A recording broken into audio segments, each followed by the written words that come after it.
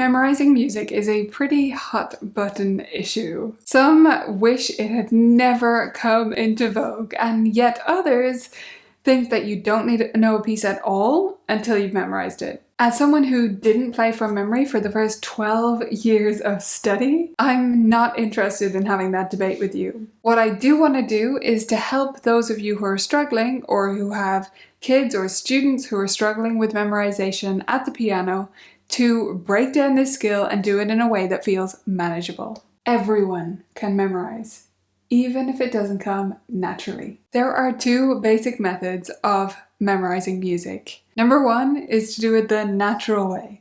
This is where you just play something over and over basically, and then you remember it. A lot of people who start memorizing music very young, this is essentially what they do. Now, they might not see it this loosely, or they may not really know how they do it. But a lot of it is to do with their oral memory of the piece and building in that muscle memory, as we call it. However, if you start young enough, a lot of the time it does come naturally. However, if you didn't, you're going to have to do it the old-fashioned way, or just the other way, which is to intentionally memorize the piece from the beginning or a piece that you already know. I'm going to focus on that second way in this video because if you do it naturally, well, you're not here, are you? So if you or your students struggle to memorize music or just have never done it before, you can do it my slow and steady, step-by-step way. If you're on the work at it team like me, then hit the like button below and leave me a comment to let me know. Okay, so here's what we're going to do. We're going to start at the end and we're going to memorize one bar or measure at a time going backwards. That's basically it. The thing you need to do all along the way is to constantly test your memory. So you're going to start with the last bar. Let's say you're learning this lovely German dance by Schubert. You start with the last bar or measure at the very end. You play it, you think about what the notes are, you think about the sound of it, and you try to play it without looking. Then you come back later or after working on another piece and you try to remember it again. If you can, great! You can add another bar. If you can't, then you start again. I recommend taking it bar by bar like this, broken up in the very beginning of learning to memorize. However, as you keep going, you'll start to build up a rhythm for when it feels like, yes, I will remember this later, versus when you're pushing yourself to your limit. But in the beginning, go with one bar. Come back to it later, so leave space, leave yourself time to forget, and then try and recall it. The more times you have forgetting time and come back and try and recall it, the stronger your memory will become. I like to think of this in non-scientific terms as you basically training your brain that you do want to remember this thing. It's not temporary, it's not just for the moment, you want this for the long term. Put it in long-term storage, brain. Okay.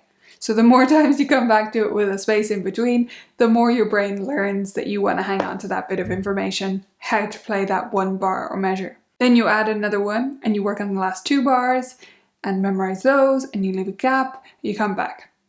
As I said, once you get used to memorizing, maybe you do 2 bars at a time or 4 and you build it up that way. But in the beginning and even further along, this is slow. It takes a long time. And you might be tempted to go, well, I'll just play it from start to finish and see if I can remember it. But honestly, if you do it this way, I believe your memorization of the piece will be much stronger and more durable.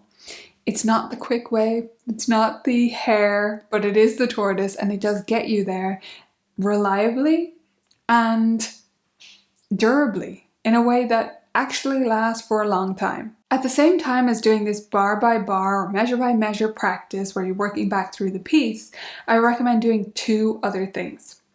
The first one is what I'll call AFK practice, which is away from the keyboard or away from the piano practice. You're going to take the score, the music, with you and listen to it and follow along with the music. Or imagine listening to it and follow along with the music, or just listen and imagine yourself playing. Doing various different types of imagination-based exercises or visualization-based exercises is really useful. And you're also building up an oral picture, an oral memory for the whole piece. So it's really important when you've got the nitty-gritty of each section going on, and you're building that up so slowly, you still want to keep in mind the bigger picture without letting yourself play from start to finish over and over in a way that builds in bad habits. The other thing I think you need to do as you're memorizing music, and especially when the full thing is memorized, or you think that it is to practice it in distracting or nerve-wracking situations. This is so that when you are in those situations, you don't get distracted by your own thoughts. This is so common in music where we're playing, we've played this piece 1,000 times it feels like, and it's always gone perfectly. But now that we're in a concert, or now that we're in our lesson with our teacher watching us, everything falls apart. And it's because our brain starts analyzing itself. It starts saying, yeah, but do you know it? Most of the time. It's because we're second guessing ourselves, or we get distracted, or we have different ways of moving, or our heartbeat is just faster. And so that changes how it feels. So practicing in those distracting or nerve-wracking environments is really important. Now you can simulate this yourself. So you can literally get some teddy bears and put them as a fake audience. I know it sounds silly, but it can, just the ritual of doing that can change your mindset around the way that you're playing. You can also record yourself. So even though you can delete it off your phone, somehow it brings on the nerves much more once you hit the record button. Even though you know you can delete it later. It's a funny thing. You can also play for friends, play for your teacher, practice walking up to the piano and bowing afterwards if you're going to be playing it in a concert. Build in all these different elements of what it'll be like to perform it or to play it in a stressful situation, so that when it comes time to do that, you don't have those crazy independent thoughts that distract you. My final bonus tip for you is to just keep going. It's really that simple. With the memorization, backwards practice that you're doing, it just takes a long time. Honestly, it does. But if you keep going, if you stick to it, you will get there. Now, I do recommend you start with a smaller piece. So if you or your student is working on a full sonata and they've never memorized anything before, don't start with that sonata. Start with something like this little guy. Or if they're much earlier on in their studies, maybe you start with an 8-bar melody. Keep it simple, work backwards from the end so that the end is the strongest part and you work towards that. Do some practice away from the piano so that you're listening to and studying the score. And make sure to practice in nerve-wracking situations so that it's not all in your comfort zone. I hope this was useful for you and that you got some ideas for your memorization or your students.